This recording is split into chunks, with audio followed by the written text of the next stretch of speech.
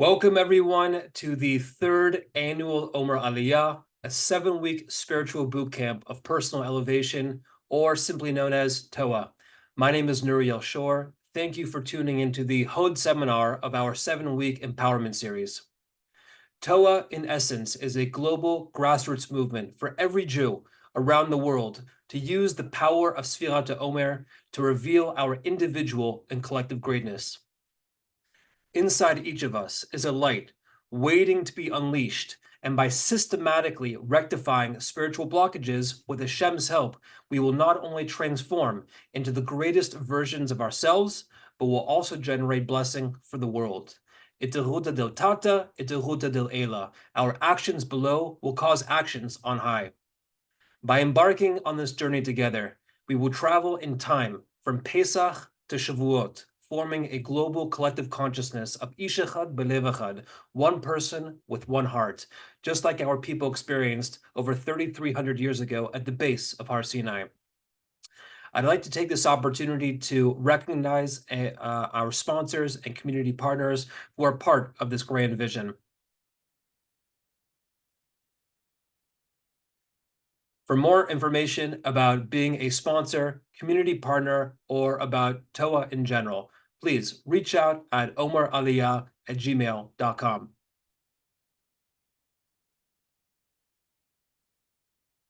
We are currently in the week of Hod, and I have the pleasure of being tonight's empowerment guide. As many of you know, I started the Omer Aliyah after personally experiencing a transformative Sfirat Omer journey. The Hebrew calendar has so much wisdom embedded into it, and as is evident by the unique opportunities of each of these 49 days, that it led to me developing the Radical Rosh Chodesh project based on Rabbi DovBer Pinson's Spiral of Time book series. The idea is to calibrate on our own cycles and rhythms to the renewal and spiritual treasures found in each month. A third endeavor in development is what I call Kli Leadership. It's a one-on-one executive leadership consultation practice based on transformative Torah to actualize the holy power within. Before we begin, a couple housekeeping remarks. This seminar is being recorded and will be uploaded to the TOA YouTube channel. I will then stop the recording, after which we will have an opportunity for open and confidential conversation. May Hashem bless the Omer Aliyah and all who are involved so that we may experience individual, collective, and global geula speedily in our days.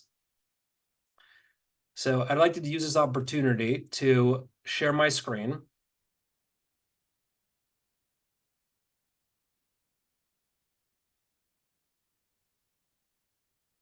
And before we kind of dive in, I wanted to explain what we'll be discussing, exploring, addressing. First, we will define Hod, especially in relation to the Sfira, or the character attribute of Netzach, which we learned about last week. Second, we'll address how we can use cycles of time to live with the Hod-related properties of reflection and humility. Third, we'll discuss how we can use spiritual and physical spaces to live with Hod. Then I'll share 2 different practices that you can use to live with Hod as it relates to personal resilience. And finally, I'll recap this seminar with a list of specific action items to take away from our time together.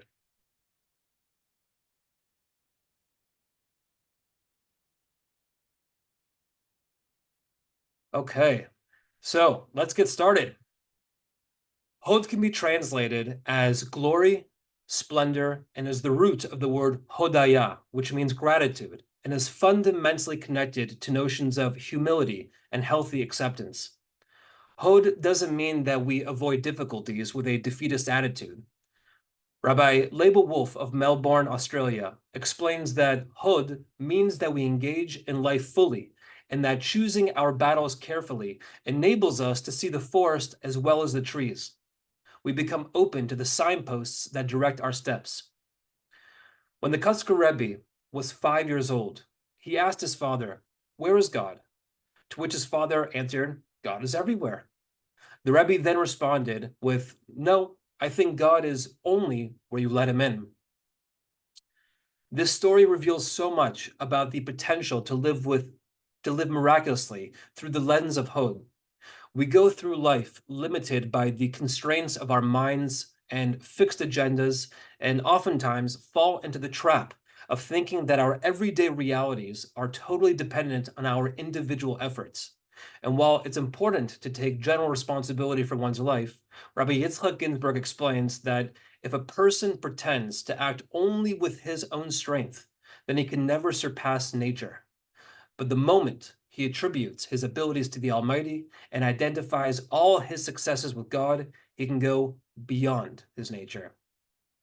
In other words, if we want to live a life that is truly glorious, and when we actualize our potential to such a degree that we never thought was possible, then we must carve out space in our minds and hearts and lovingly bring Hashem into everything that we do, to relate to Hashem as a true partner in our livelihood, in our relationships with others, in our health, in everything. So how do we do this in a practical and sustainable way? We'll circle back to this soon. It's important to understand that Hod is connected to the Sphira or character attribute of Netzach, which we learned about last week. A person who lives with Netzach lives with Zerizut, translated as alacrity. That is a kind of energetic optimism in which we lunge forward and engage fully in life. However, healthy Zerizut requires humble reflection, and that's where Hod comes in. Our sages admired the way in which a deer sprints forward, runs, but then stops to look around and assess its environment. This is a perfect example of the relationship between practical applications of Netzach and Hod. We need to live in a dynamic of constantly lunging forward and running to tackle all issues of importance, but then to pause, analyze, reflect, clarify, and try to ensure that we are on the right path. Running and returning, running and returning. To bring Hashem into our hearts and minds and commit to this dynamic of engaging in life, but also reflecting with intention, it has to become a regular practice and spiritual routine. While there are many ways of how to address this, I'd like to focus on the element of time. That is, living with healthy Hod on a daily, weekly, and monthly basis. On a daily basis, try to condition yourself to thank Hashem every time you experience pleasure. No matter how small the pleasure is, thank Him. Found a spot in a busy parking lot? Thank Him. Purchased delicious food? Thank Him. Saw a beautiful flower? Thank Him. Use the power of holy music to do this as well. As Bob Marley famously sang, "Give thanks and praise to the Lord, and I will feel all right." As you do this, you will start to shift your perspective on the beauty and splendor of life. And specifically through your heartfelt gratitude, you will forge yourself into a vessel worthy of receiving even more blessings. For those who already do this or a version of this, the next step would be to condition yourself to genuinely thank Hashem also for the hardships you experience. This is simple in concept, but of course very difficult in practice. However, with emunah and bitachon consciousness, we acknowledge that everything is from Hashem, and therefore everything is ultimately for our good. Therefore, everything that happens is for us, not to us, and is deserving of our expressed gratitude. So that's on a daily basis. On a weekly basis, we have the gift of Shabbat. Shabbat is a portal beyond time and space. One who's connected to the wellspring that is Shabbat, especially when yearning for it throughout the week, will live a life of blessing. Years ago, my wife and I would spend Shabbat regularly at my in-laws' home. The nearest shul was a 45-minute walk. These walks that I would go on to go to shul could be considered Hod walks, where simple gratitude and joyful reflection were themes. I can tell you that the amount of spiritual pleasure I experienced on those walks was beyond description.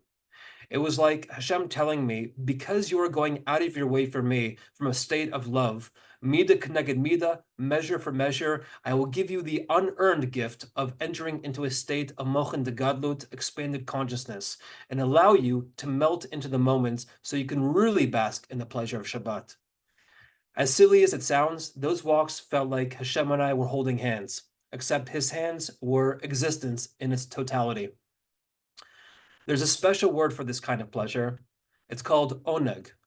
The highest pleasure we can experience in this life is when we lose our sense of self to a moment or experience. A simple example is going to a concert of your favorite band and having everyone there know the words to every song.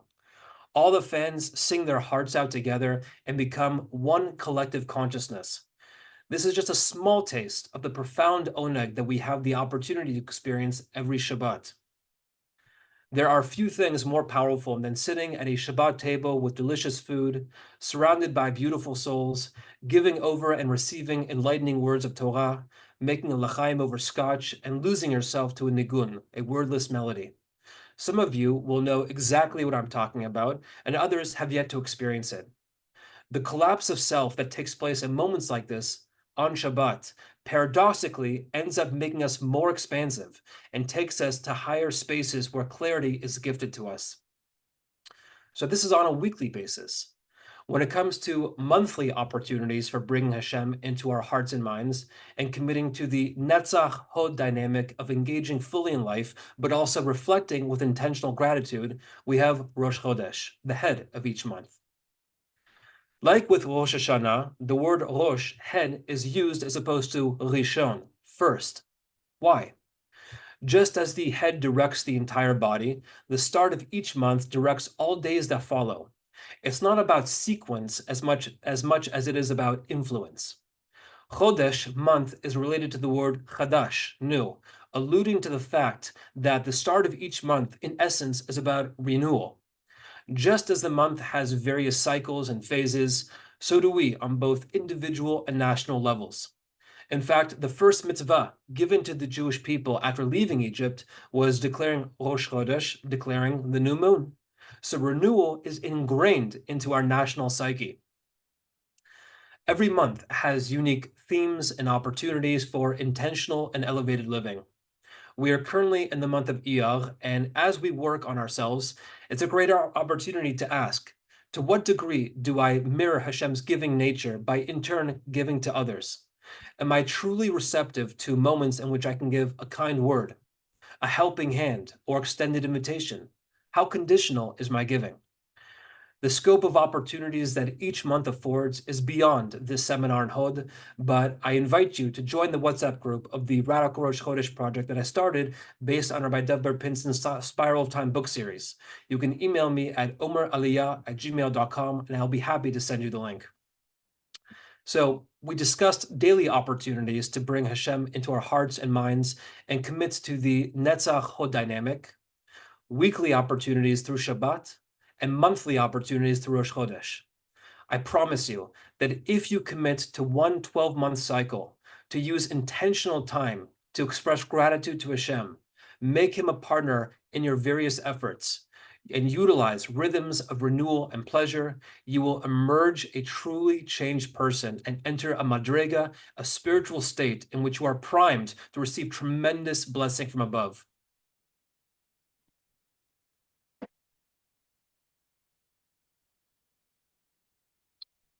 So now that we talked about utilizing time through a lens of Hod, let's shift to space. I mentioned that oneg, pleasure, is experienced through the collapse of self into the moment. If oneg is the result, then bittul can be thought of as a sort of means to achieving this state. It's difficult to find the right English words to translate bittul, but a common translation is self-nullification. It's about removing our ego and aligning our will to Hashem's will. So now the question becomes, how can I ever truly know what Hashem's will is? Well, on a macro level, it's simple. The 613 mitzvot are gateways for accessing the light of Hashem and having His will flow through us.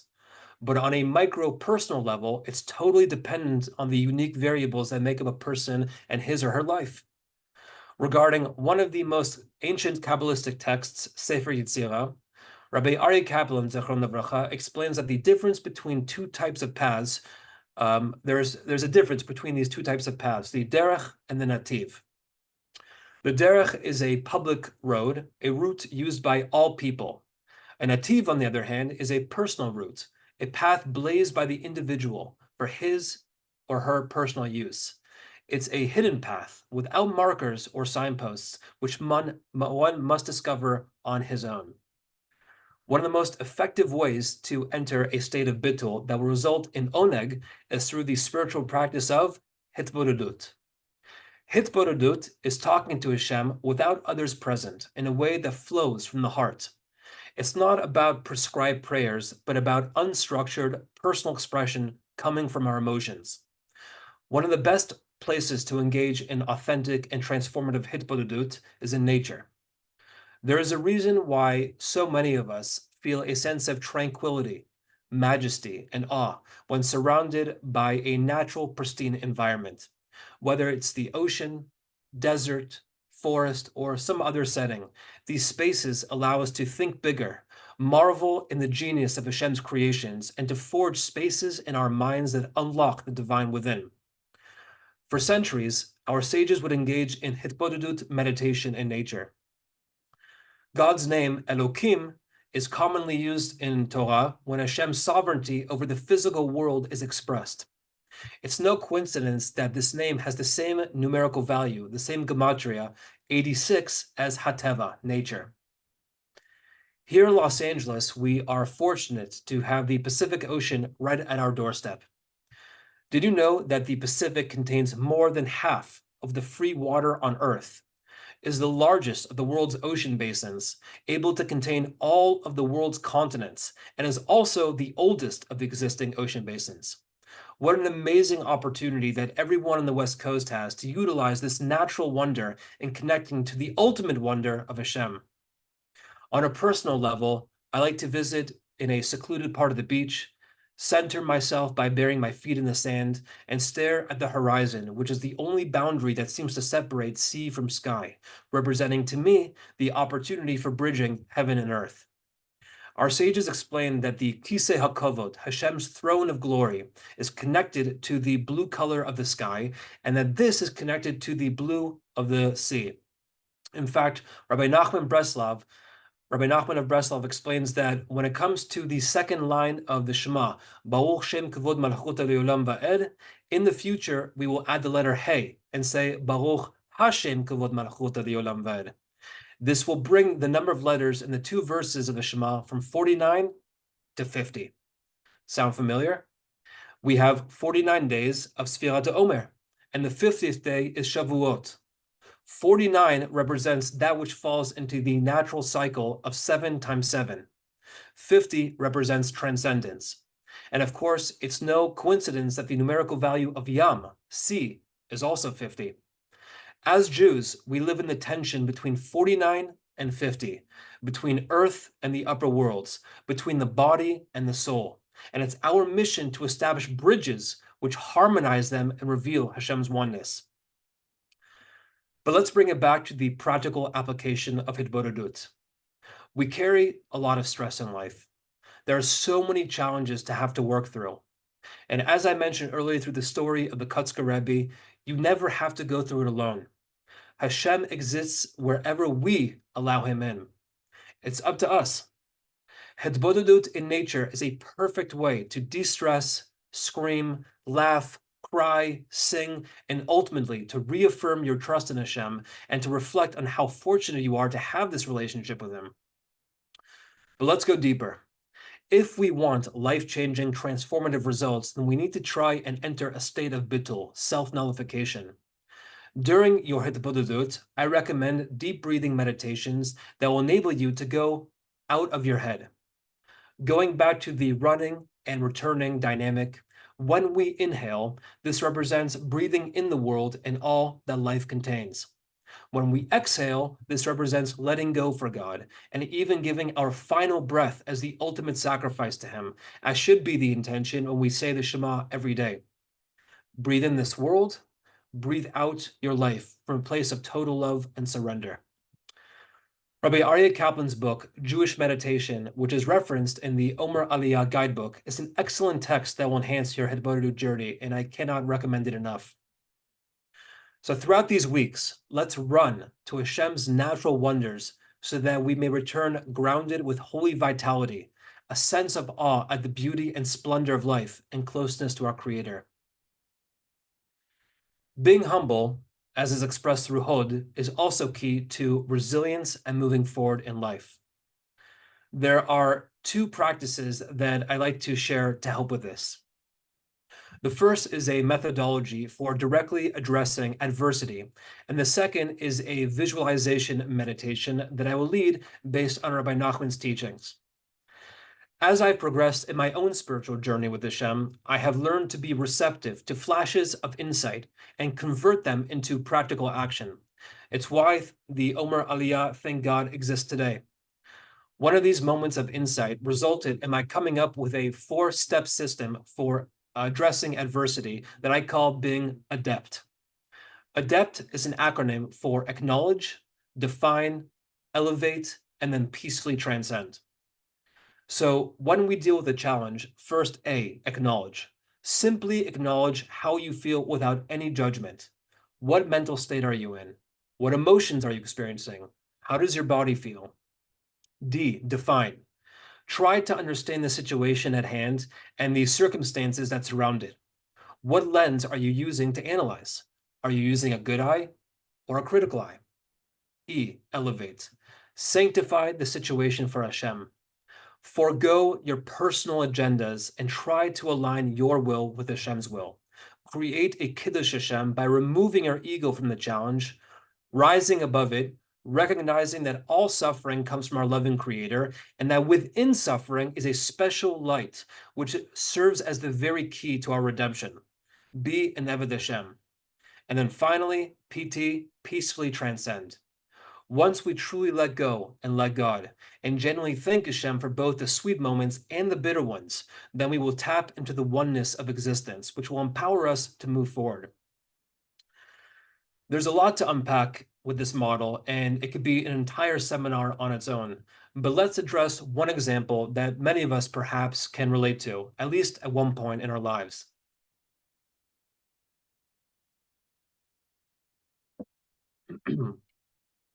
Let's say that you have a boss that, while it doesn't cross any HR red lines, causes you a lot of anguish. Now, it's one thing to come across a prickly person who's very difficult, a prickly person, and just simply walk away. It's another thing to be forced to work with someone who's very difficult, day after day, and on top of that, them being in a position of authority over you. In this situation, it's easy to feel trapped with no way out and to internalize a victim mindset. Based on the adept model, let's see how we could approach the situation. So again, A, acknowledge. Simply acknowledge how you feel without any judgment. Maybe you notice a lack of energy, a tightness around your neck and shoulders. Maybe your breathing is irregular due to being in a state of stress. Recognizing the symptoms will help you to then dive deeper into the root cause or causes. D, define. First, you might want to try and assess whether what you are experiencing is really based on objective reality. In other words, the stress you feel around your boss is real, but is he or she the entire source of it? Perhaps there are other circumstances in your life which make the stress you experience worse than it needs to be. Perhaps you never learned constructive conflict resolution skills and therefore feel a sense of powerlessness. And so rather than your boss being the only source of your stress, perhaps it's combined with your lack of tools to effectively address the situation. Furthermore, it's important to recognize that there's a difference between someone making it a point to personally attack you versus when someone's own stress in their life spills over into their interactions with you with, let's say, a bad temper. So for example, maybe your boss is dealing with personal issues at home, and because he or she doesn't know how to address them, the frustrations result in a lack of patience with you and even feelings of anger for which have nothing to do with you directly.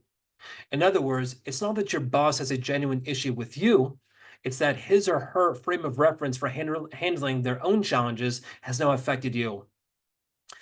If this is the case, you can either see yourself as a victim or you can reclaim your power. I think we all prefer to reclaim our power. That brings us to elevate. Remember that life is not happening to you, it's happening for you. Hashem could have placed you in a different situation, but he decided to have you interact with this boss at this time for a reason. This is all part of having emunah and bitachon consciousness. The first thing I would recommend doing is placing yourself in a giver modality. Just like Hashem is a giver, you should also try to become a giver. Author Adam Grant even wrote a book called Give and Take, Why Helping Others Drives Our Success, in which he demonstrates examples of why unconditional giving in the workplace comes back to help us. In this case, as difficult as it is, ask yourself how you can help your boss, not as one professional to another, but as human to human. If you know your boss likes a certain kind of coffee, surprise him or her with it. Try to manage up and help your boss do their job better by providing them with useful information. Additionally, pray for your boss's well-being. Recognize that every person is formed in the image of Hashem with a spark of the infinite inside. Ask Hashem to bless your boss with peace and to give you the strength, emunah, and bitachon to sanctify the situation, not for the alleviation of your suffering necessarily, but ultimately for Hashem's glory. Not only will you help to draw blessing to your boss, but you will also reclaim your power by positioning yourself to be an agent of change on multiple dimensions and planes of reality. Finally, PT, peacefully transcend. As time goes on and you learn conflict resolution skills, orient yourself to being a giver in the workplace and continue to pray for your boss, you will learn to accept the situation with love. And while this might not remove the hardships that you are experiencing, your entire perspective will change by recognizing that you play a part in actively facilitating Hashem's ratzon, Hashem's will, and actively bringing his light into the world. And from this perspective, you will even thank Hashem for the suffering, for it was the very key you needed to access the light within and become a next level version of yourself. As we process this adept model, I want to conclude the seminar by leading a meditation in which we visualize and internalize some very deep Torah as it relates to humility, challenge, and resilience. This is based on Torah that I learned from Rabbi Nachman's Likutei Moharan, and I call this Sling the Suffering. For those of you who are tuning in live, as well as those who are watching the recording, I ask you to please silence your phone and close your eyes. Take 3 deep breaths. Breathe in through your nose, breathe out through your mouth, and enter a relaxed state.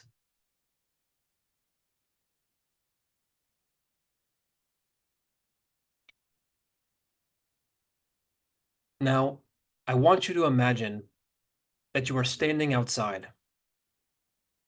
It's daytime, and you're holding a slingshot. But instead of aiming it horizontally, you're aiming it vertically. Someone comes over to you. You don't recognize them. All you see is that drawn on their left hand is the number 7. They hand you a pebble to put into the slingshot and tell you that no matter what, don't lose control of the slingshot. You put the pebble in the sling and everything is normal. But then, all of a sudden, the pebble becomes bigger and heavier. It's now no longer a pebble, but a rock. The rock starts to weigh down on the sling. It becomes even bigger and heavier, causing the sling to keep descending. You feel the weight of gravity as your hand starts to shake from the physical stress. You remember the instructions from stranger number 7 not to lose control of the slingshot. But the sling continues to sink. The rock continues to get heavier, and you fear that you are losing control. So your grip tightens even more, desperate to not let go. At this point, there's so much tension that you don't know what will snap first, you or the sling. But then you hear a mysterious but familiar voice. The voice says reassuringly, "You can let go. I will be with you no matter what. Let go and trust me." And so you let go. All of the tension from the earth-pulled rock is now the very force which catapults it up into the sky. Magical momentum. It flies so high that it actually leaves Earth's orbit. You have never experienced anything like this before. Your arms and hands are achy but free. You feel light and happy. You turn towards the direction of the voice. All you see is a warm glow of light.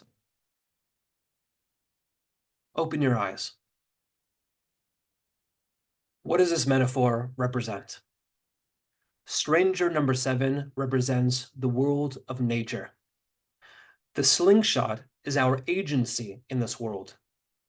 The pebble represents challenge, but also simultaneously our madrega, our individual spiritual levels.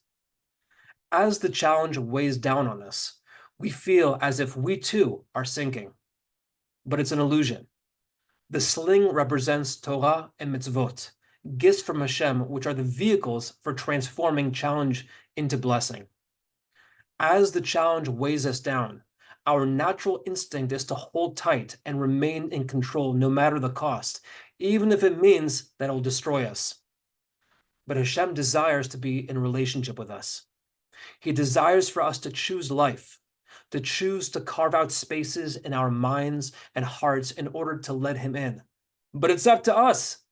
All he can do is whisper in our ear, let go, trust me. And once we do, not only does the challenge enter a different dimension due to us sanctifying it for Hashem, but so does our madrega, so does our spiritual level.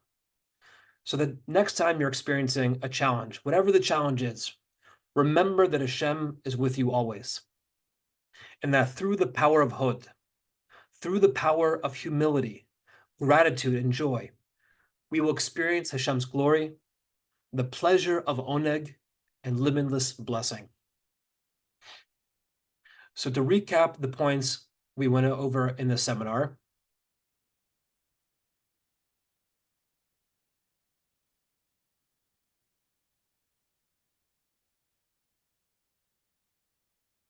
thank Hashem throughout each day for small pleasures, big pleasures, and even moments of suffering. Try to develop emunah and bitachon, which will only enhance your feelings and expressions of gratitude. Observe and take pleasure in Shabbat. Renew yourself every month through the power of Rosh Chodesh. Engage in hitbodedut and experience the majesty of Hashem through nature. Use the Adeth model for addressing adversity in a healthy and holy way. Use the suffering meditation to convert suffering into tremendous blessing and light, and keep going strong in your Omer Aliyah journey. Hodu Hashem ki tov ki yom chasto. Give thanks to Hashem, for his kindness is everlasting. Thank you.